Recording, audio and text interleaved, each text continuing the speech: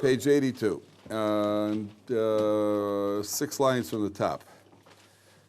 God says, 6 lines from the top, Pasuk Chaf Aleph, Irdana ve'era, I will go down and I will see Hakitza Akasa. Is it like her yell, Haba Eli Asu? Kala, if that's how the people of Sedom will be able to destroy them.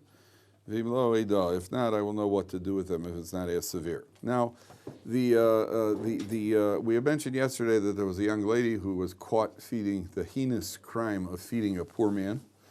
And they took her and they put bee honey on her, and they put her on the roof, and they let the bee sting her to death. I remember hearing a story from Rabbi Victor Miller.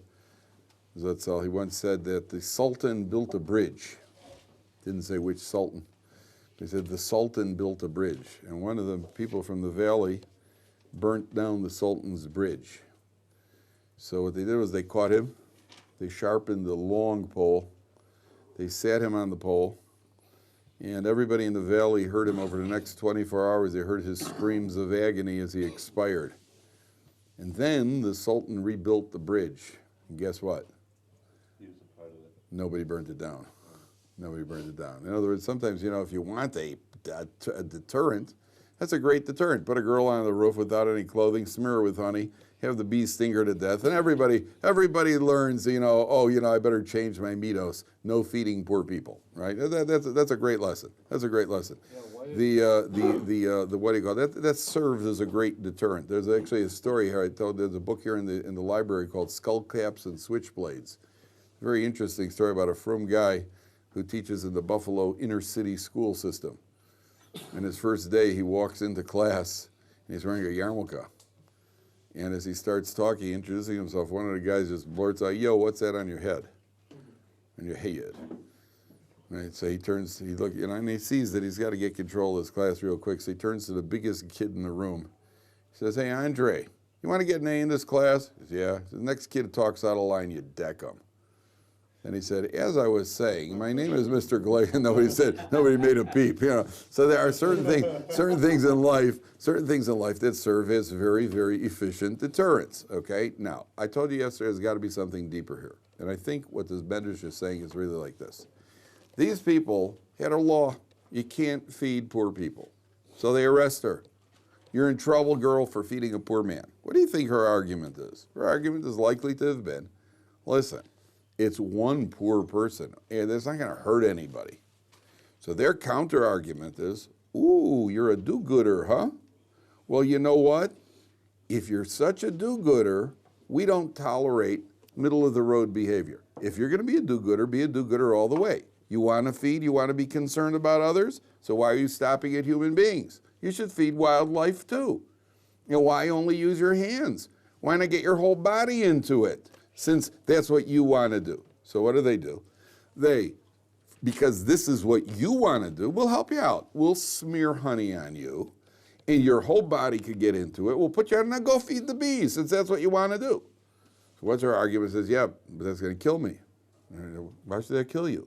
Well, all these bees are going to come and sting. No, just one bee will come and sting you. Now one bee's going to come, then more are going to come. They're saying, that's exactly what we condemned. You start feeding one person, then you're going to bring in a whole flow of people. And therefore, the crime, and again, they're distorted. Remember, we spoke about how everything they did had a great rationalization to it. The crime, the punishment suits the crime. And we're only doing exactly what you wanted. This is what you wanted to do. Well, if that's what you want to do, so we'll help you out. There's only one technical problem. They're wrong, and they're murderers. That's the problem. So God says, what's that? There's one of the arguments right now by the immigrants, like Hungary. So of course. That's what everybody's counter. That's always been why there are immigration quotas. What are we going to do? We have our country overrun by a bunch of freeloading undesirables, who wants it. And therefore, their argument is, listen, that's what you want. And God says, yeah, but that's evil, that's wicked, that's every negative adjective you could think of. And therefore, if that's what they're doing, I'm going to destroy the city. Okay? Then, God goes to Avram Avinu, and he lets Avram Avinu know what he's going to do. And he says, I'm going to destroy the city. So then we have the first Jew in history, which I always joke, Maisa Ovo Sibin Levanim. If Jews try to Jew people down, Right, you ever heard that expression? I'll Jew you down. So we have the first Jew in history doing the first Jewing down over here. God says, all right, if I'm going to destroy. So Avram Avinu approaches God in Pasuk of Gimel. He says, Vayigash Avram Vayomar Ha'af Tisbet Tzadikim Rasha. You killed the righteous with the wicked. Ula yesh chamishim tzadikim esocher. Maybe there are 50 righteous men. Ha'af Tisbet lo sisal amakol man chamishim tzadikim asher. What you'll kill the city if there are 50 tzadikim there? Chalila. There goes the argument. So God says, okay. Everyone says, well, maybe there are 45. Right? Maybe the city. You're talking about 5 major cities, 5 major metropolitan. Yeah. These are 5: Sedom, Amorah. There's a whole region over there. So Avram Avinu says, yeah, what if there aren't 50? What if there are 45? Say, okay, if there are 45, what if there are 40? Okay, I won't worry about. What if there are 30? What if there are 20? What if there are 10? Right? Okay, I'll sold for 10. Say Jude them down, right? So I say myself, if we do it, it's only because we have a precedent. Okay, now, what's really going on here? What's really going on? You know the story about the horse? Ever tell you the story about the horse? This guy has a day off. So he goes to the marketplace. He decides, I heard this from Rabbi Reisman. Guy has a day off. He's a shoemaker, a poor shoemaker. So he goes off to the marketplace to see how people conduct themselves in the market. So he goes off to the marketplace. He sees there's a guy selling a horse. The guy says, 500 rubles for the horse, 500 rubles. So the guy says, he says, 500 rubles for the horse. I'll give you 100 rubles. 500, I'll give you 100. Says 490, 100. Says 450, 100. 300, 100, 200, 100, 101, 100. All right, I'll give you over 100, right? Gives him 100 rubles for the horse. This guy's watching the transaction. He walks over to the salesman. He says, I don't understand. Forgive me for asking. I'm not involved in geschäft, I don't understand. You wanted 500. You sold it for 20% of the asking price. How could you have succeeded on this deal? He says, I did great on this deal. He says, yeah, we got 20% of the asking price. He says, yeah, but the horse is lame. Horse isn't even worth 100 rubles. I asked 500. He thinks he walked off with 100. He's happy. The guy says, ooh, I see you got a business. You got to have a head for business. He goes to the other guy, says, I know you think you're smart. You paid 100 rubles, but the horse is lame. You got taken. He says, I did great on this deal. He says, yeah, but the horse is lame. He says, I know the horse is lame. What do you think I didn't know a horse? I've ridden around horse my whole life. But look at this. He holds up the horse's hoof. There's a nail in the horse's hoof. He says, I know. I saw the horse is lame, but I also saw the nail. I'll pull out the nail. The horse will be fine. I did great on this deal. He says, wow, now I know why I'm a shoemaker now. It goes back to the first guy. Says, listen, you think you're clever, but there was a nail in the horse's. I said, I know there was a nail in the horse's hoof. I did great on this deal. He says, yeah, but there's a nail in the horse's hoof. They'll take out the nail, and he says, I put in the nail. You see, the horse is lame anyway, but I put in the nail, so he'd see the nail and think the horse is lame. And the guy's head is spinning at this point. He goes back to the other guy. He says, okay, I know, you paid 100 rubles. You thought that because of the nail, but the horse is lame. He says, I did great on this deal. He says, yeah, but the horse is lame anyway. He says, yeah, but the money I gave him is counterfeit. He goes back to the first guy. He says, okay, now you're going to have to admit defeat. He says, why? He says, the money he gave you is counterfeit. He said, I did great on this deal. He says, yeah, but the money he gave you is counterfeit. He says, well, it's never my horse to sell to begin with. So, so there's geschäft and there's geschäft, so you gotta know the hack. So Avram Avinu over here, he got now. I heard Rabbi Tatz, right? That's an amazing thing he said years ago. I heard him tell a story. This is not a funny story. He said in Germany, and during World War II, there was a pregnant young lady in the ghetto. And she had to get to see a woman's doctor. She left the ghetto, and she gets over to this non-Jewish German woman. And she examines her, and she says, okay, listen, you can't go back to the ghetto because they're going to annihilate the ghetto. Stay here with me. She says, well, I have a husband. So, okay, bring your husband, and I'll hide the two of you. She says, well, I have parents. So, okay, bring your parents. She says, well, my husband has parents. Bring your husband's parents. She says, well, I have brothers and sisters. So he ended up, I think it was 22 people. She hid the entire war, 22 people. They all survived the war. And then this couple, after the war, this husband, the young lady and her husband, about 50 years later, they had the 50th wedding anniversary. So you got the children, the grandchildren, great-grandchildren, the whole celebration. So somebody said, you know what, we're already having over 200 descendants. Said, you know what, we have 200, we have certain debt of gratitude to that German woman doctor. Let's see if we can find her. Maybe we'll bring her in. We'll fly her. Maybe she's still alive. So you go to Germany, Shitake is still alive, old lady in her 90s, still alive. So they bring her into the celebration, 200 descendants. Heard this from Rabbi Tatz. So at the celebration, one of the people said to her, why did you do it? Why did you do it? She said, said, I remembered the Torah, the biblical story about Abraham petitioning for the city of Sedom. And I knew Germany was in trouble. And I figured maybe I'll find another 10 people like myself and we could save Germany. And I couldn't find them. That's what she said.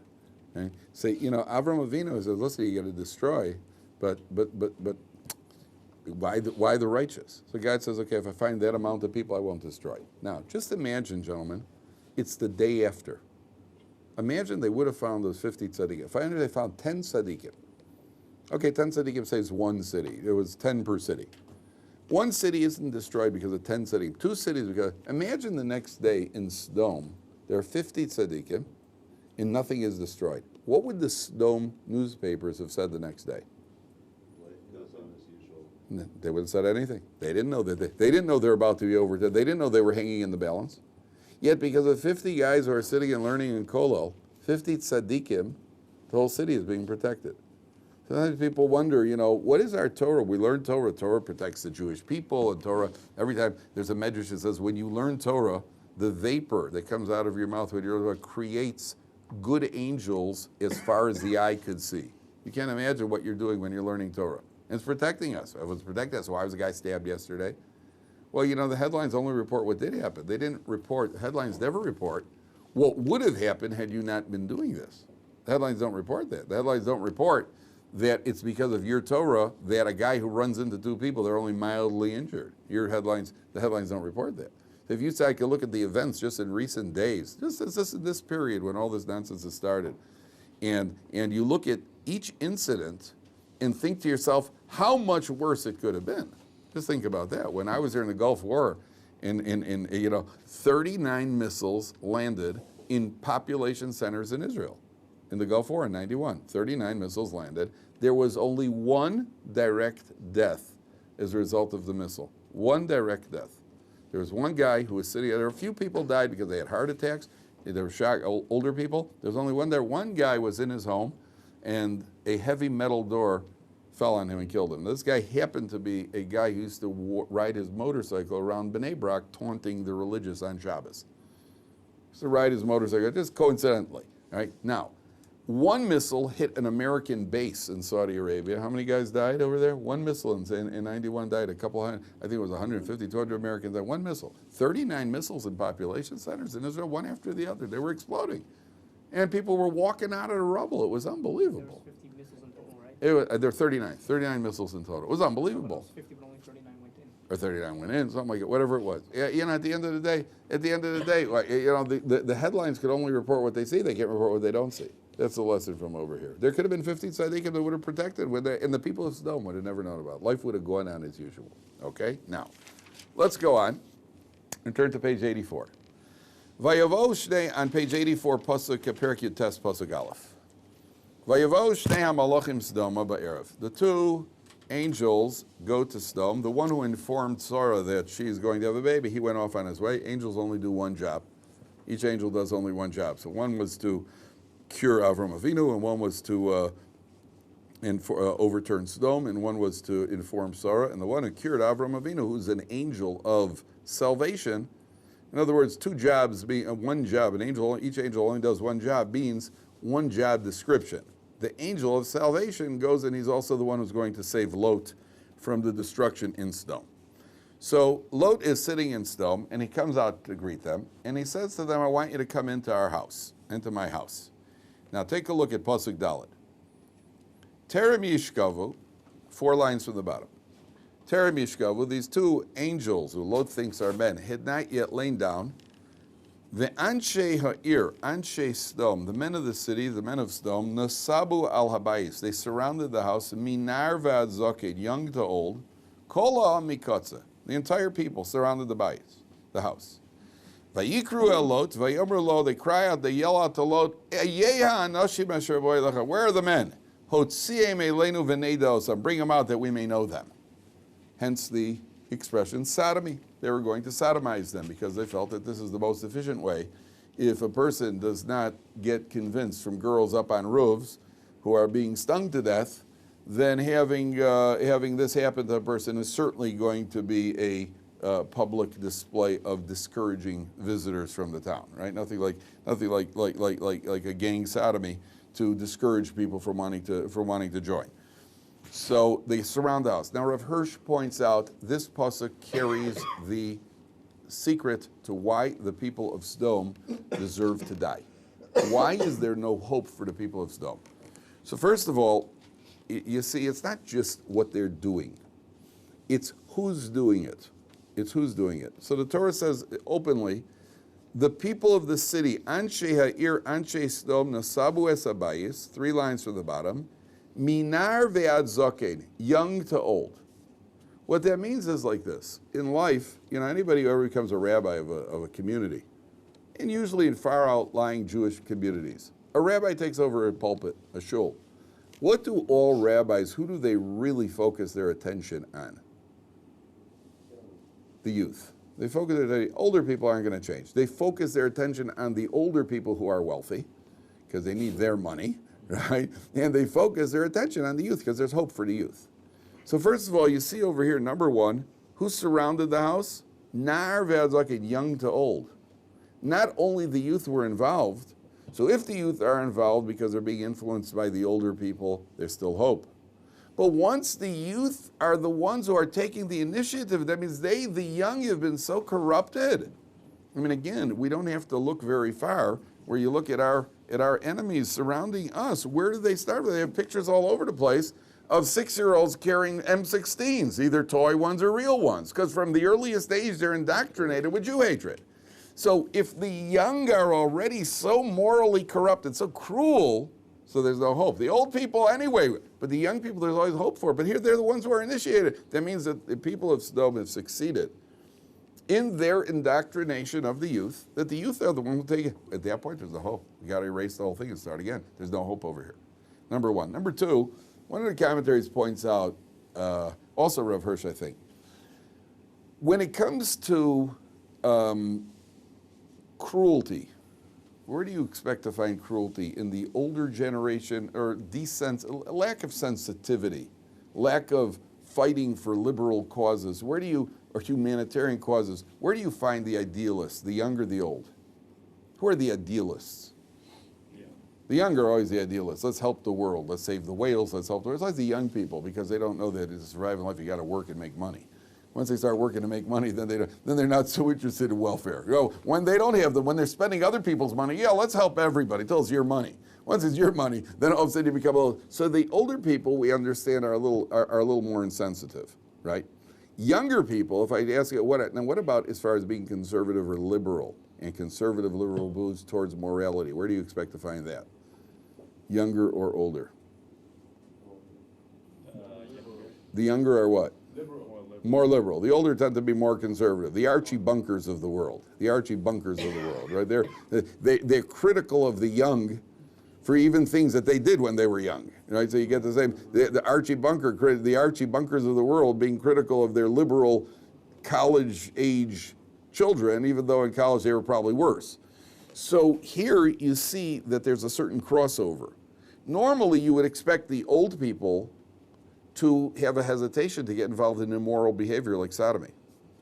In the young people, you'd expect them to have a hesitation to be so cruel to guests. Yet nobody has any hesitations in any direction. The young are willing to be cruel, the old are willing to be immoral. That means it's completely saturated with evil on all counts, insensitivity, immorality. Therefore, the whole place has to go. Now, what does Lot say to the people? So Lot comes out, Vayetze aleim Lot ha-pesra, ve'adela sogar acharav. Lot goes out and he closes the door behind him. Vayomar alno achai Torah, page 86, second line, top of page 86. Lot says, I got an idea. He says, Hine li shtei banos, I have 2 daughters, asher lo yodu ish, 2 virgin daughters, otziana esen aleichem va'asula en kato beinechem. Here, take my daughters, do whatever you want with them. Rak la'anoshim ha'el al tazu dorek yalkein bo b'tzol korasi. Could you imagine a father doing that? Right? Remember we spoke about this? Here, guy, I got guests over here. You know what? Here, take my daughters. Do what you want with them. Just leave the guests alone. Could you imagine a father? Any father would die. So the Ramban explains, you know what Lot was? First of all, the Ramban says this is evidence of Lot's own moral low moral level. In other words, in Lot's book, standard immorality, not so terrible. So take my daughters, this gefährlich. This gefährlich. But sodomy, you're crossing lines over. Take my daughters. I mean, this is what we do all the time around here anyway. One of the other Risha, I think the Sephorno says what was bothering Lot, what Lot figured is these two daughters were engaged. And so Lot figured if he sends out his daughters, his son-in-law will come, the fiancés will defend them. You know, at least they'll be able to fight them off with the fiancés. So that's his offer. Before he's able to do that, the angels, the people of Sodom say, hey, get out of our way, let us go in. And then the angels in Pasuk Yud put a stop to all the nonsense. In Pasuk Yud it says like this, Vayishluchu ha'anoshim es yodam, they send out their hands, Pasuk Yud, about 7 lines from the top. Vayaviu es Lot aleim haboisa v'sadel, they pull Lot into the house and they close the door. Ve'es ha'anoshim asher pesach habayis, the people standing around the house, hiku b'sanveirim, they cast a spell of blindness on them. How does the article translate that? They struck with blindness? What does he say? They struck with blindness. Okay. Mikotod ve'ad godol vayilu limtzo pasach. They couldn't find the opening. They tried vainly. They're trying to find the entrance, and they're groping around. Now, there is one opinion I saw among the commentators years ago, that what they were struck with, sanveirim, is not blindness as much as like kind of a double or triple vision. And all of a sudden, they're hit with double or triple vision. I once saw a movie called Empire of the Ants. Which, of course, the ants get caught in radiation, and they become really, really big. And then the movie is when they're looking at people that they're about to eat, you know, they show how the ant sees the person. Now, apparently, the ant has 16 lenses on his eyes. So you just see the ant, and so you're watching his 16 people as the ant walks over, and then he eats them up. So that was a double feature. It's Empire of the Ants and the Incredible Melting Man. He also got caught in radiation, so that we didn't stay for, because we had just seen the radiation movie. But the Empire of the Ants, so that's what Hukubas Sanveirim, according to one opinion, is that they were having this distorted vision. Whatever it is, they pull them into the house. Now they say to Lot the following. Now pay attention very carefully, gentlemen. They tell Lot, listen, we're destroying this place, and we're telling you to leave. And then in Pasuk Tesvav, 7 lines from the bottom. Ukimo hashachar ola, they say, look, we're going to destroy this place. You got to get out of here. And then it says, Ukimo hashachar ola, it was sunrise, crack of dawn. Vaya'itzu ha'malachim belot lemor, they tell Lot, kum, get up. Kaches ishtecha v'shteven osecha nimtzos, pen tisafa bavona ir. Take your wife and your 2 daughters and get out. Otherwise, you're going to go down with the city. What do you think your reaction would be if you were told, people always ask, why didn't the Jews leave Germany? Why didn't the Jews, when they saw the writing on the wall, why didn't they leave Germany? What's the answer? You're going to leave. You're going to leave. And you're going to leave, then you're going to be penniless. You're leaving your work and your factories and everything you own behind you, you're running for your life. It's not such an easy thing to do, because you're always hoping. What's that? The rich left. A lot of really wealthy. A lot of wealthy people, if they could get, a lot of wealthy people lost their money when they left also. But it's not an easy thing to just pick up and leave. Just pick up and leave is not so easy. It's easy for us to say with hindsight. Nobody knows what they would have done under those circumstances.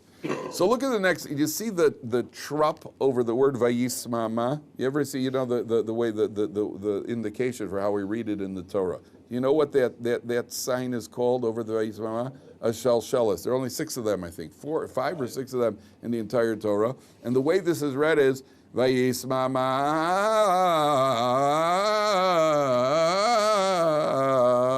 something like that. Right? That's how it's read when the Baal Korah is read. In the Art Scroll translation, he lingered.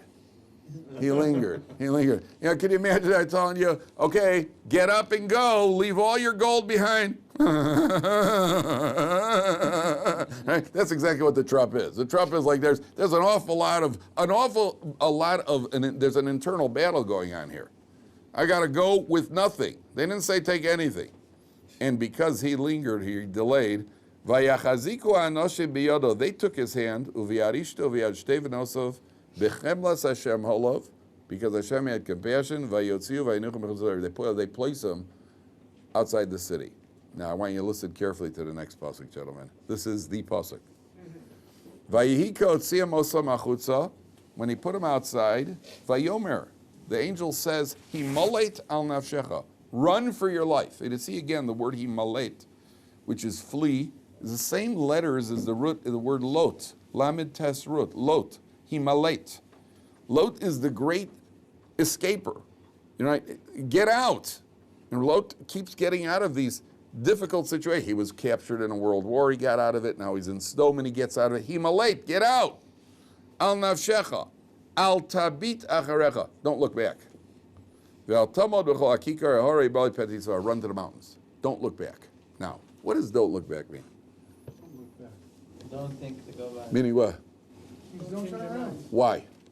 There's nothing for you behind you. Why? In what sense? You're right. In what sense? First of all, there are 3 layers here. There are 3 layers of meaning here. Don't look back. What are you going to get? You're going to think to yourself, I'm leaving behind all this immorality and all these values. Don't look back. You're skating on thin ice as it is, buddy. Time to do some tshuva. Don't look back. Get away from it without any feelings of regret whatsoever. Number 1. Number 2, don't look back on your material possessions. Be happy you're getting away with your life. Don't look back. There's nothing here for you, not spiritually and not physically. There's nothing here for you. Okay? Now, the plain meaning here is, imagine the following. There are 3 boys in the house. I could use this example because I was one of 3 boys. Right? There are 3 boys in the house. Okay? And the parents are leaving for the night. And you know the orders, and you know what happens. They leave, and as soon as they leave, immediately there's big time wrestling in the living room.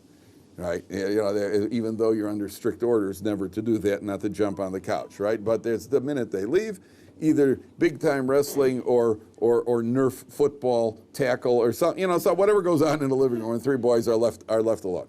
So one of the sons is upstairs studying and doing his homework. 2 of them are in the living room, big time wrestling, and they're flying, which they shouldn't be doing. And eventually, when they finish wrestling, and one of them takes he rolls up a blanket or a towel, and he throws it at the second one, who ducks, and he knocks down a lamp and he shatters it.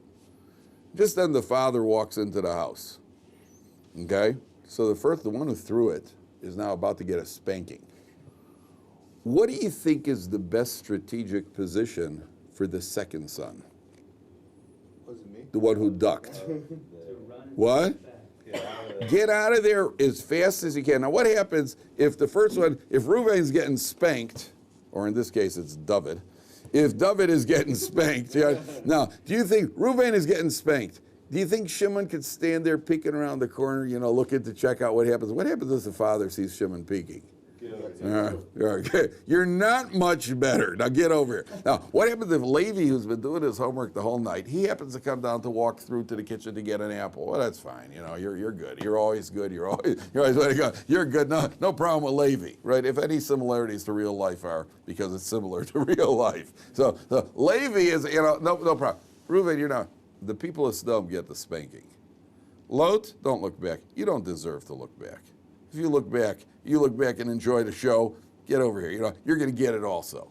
Avram Avinu, you're told what happens. You could see what happens. You're not involved in any of this. You're not involved in any of this. Okay? Now, that being the case, there's a very famous story with Rav Yoel from Satmar. Did you ever hear Rav Yoel from Satmar, the great Satmar Rebbe? The Satmars were known as being virulently anti-Zionist. Satmar Rebbe wrote a book against Zionism. He's always criticizing the Zionism. He's talking about destruction of Zionism. The Satmar Rebbe was then. He never even came to Israel. He wouldn't come to Israel. Rarely came. The Satmar had their approach, and he was the most extreme against Zionism. There are other people who were against Zionism. He was the most extreme. So somebody once came to the Satmar Rebbe and said, I understand something. Look at you and look at Avram Avinu. Avram Avinu, the people of Sodom, I think we could agree, are worse than the Zionists. He's saying that to Rabbi Yoel. He says, we agree they're worse than the Zionists. And look what Avram Avinu did. Look how Avram Avinu davened. And look what Avram Avinu pleaded. And you sit there criticizing the Zionists. You know what Rabbi Yoel said to him? Rabbi Yoel said to him, I'll tell you something. The Torah only reports what Avram Avinu said to God. The Torah doesn't tell us what Avram Avinu said to Sedom, the people of Sedom. He was probably very critical of people of Sedom, telling him, you know, you guys are selfish, you're mean, you ought to get your act together, try to be decent human beings. The Torah doesn't report what he said. Then he said to the guy, you only know what I say to the Zionists.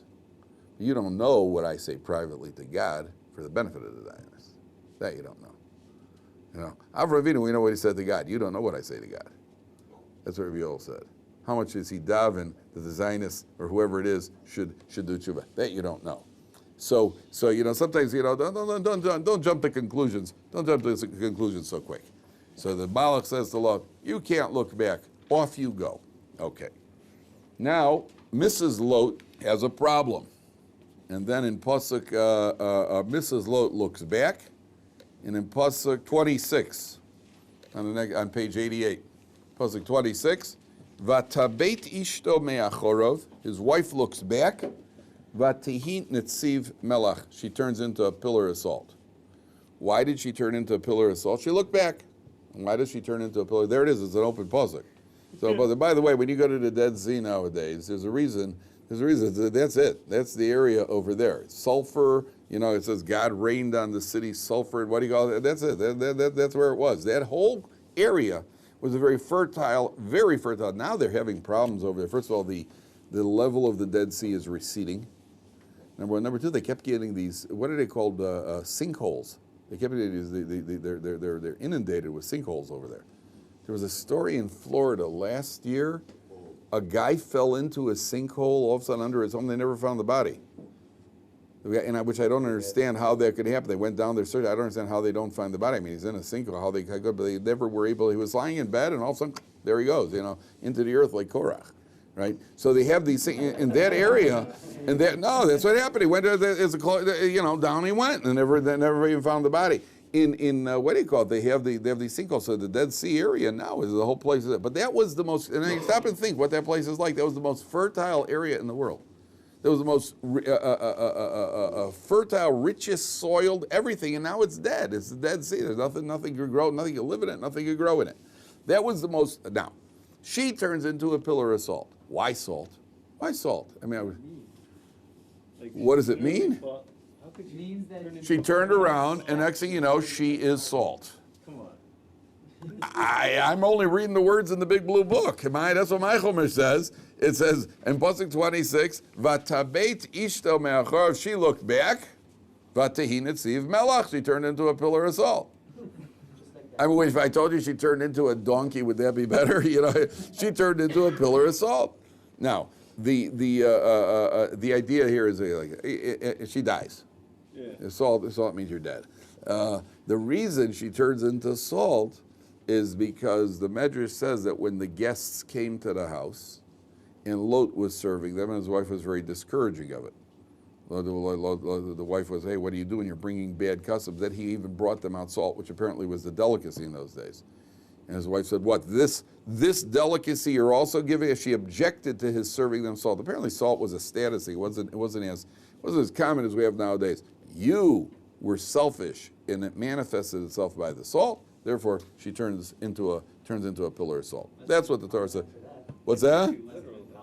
Yeah, after that, there's plenty of salt available for everybody. That's what the Torah says over here. By the way, you know that's why we wash mayim achronim after a meal, because there's a residue from a substance called melach sdomis, salt of Sedom. That's what it says. There was some type of salt which could be harmful.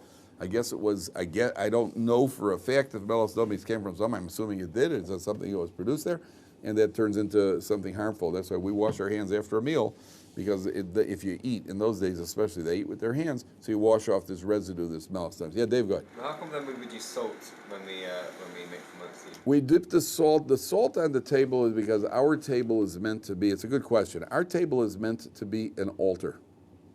And in the Beis Hamikdash, when they brought korbanos, they always brought salt on the korbanos. Every korban had salt because, number one, when you bring meat, if you serve meat, you always season the meat. So we are, so to speak, symbolically serving God meat. It's disrespectful to serve meat. You don't just take a slab of meat and put it on a fire, and eat it. You season it with salt, garlic, whatever you put on. So that represents salting the meat in honor of God, because to serve it plain is honor. The second idea is because the altar always had salt on it, because the altar represents the point of connection between us and God. Salt is a covenant. Salt never gets stale.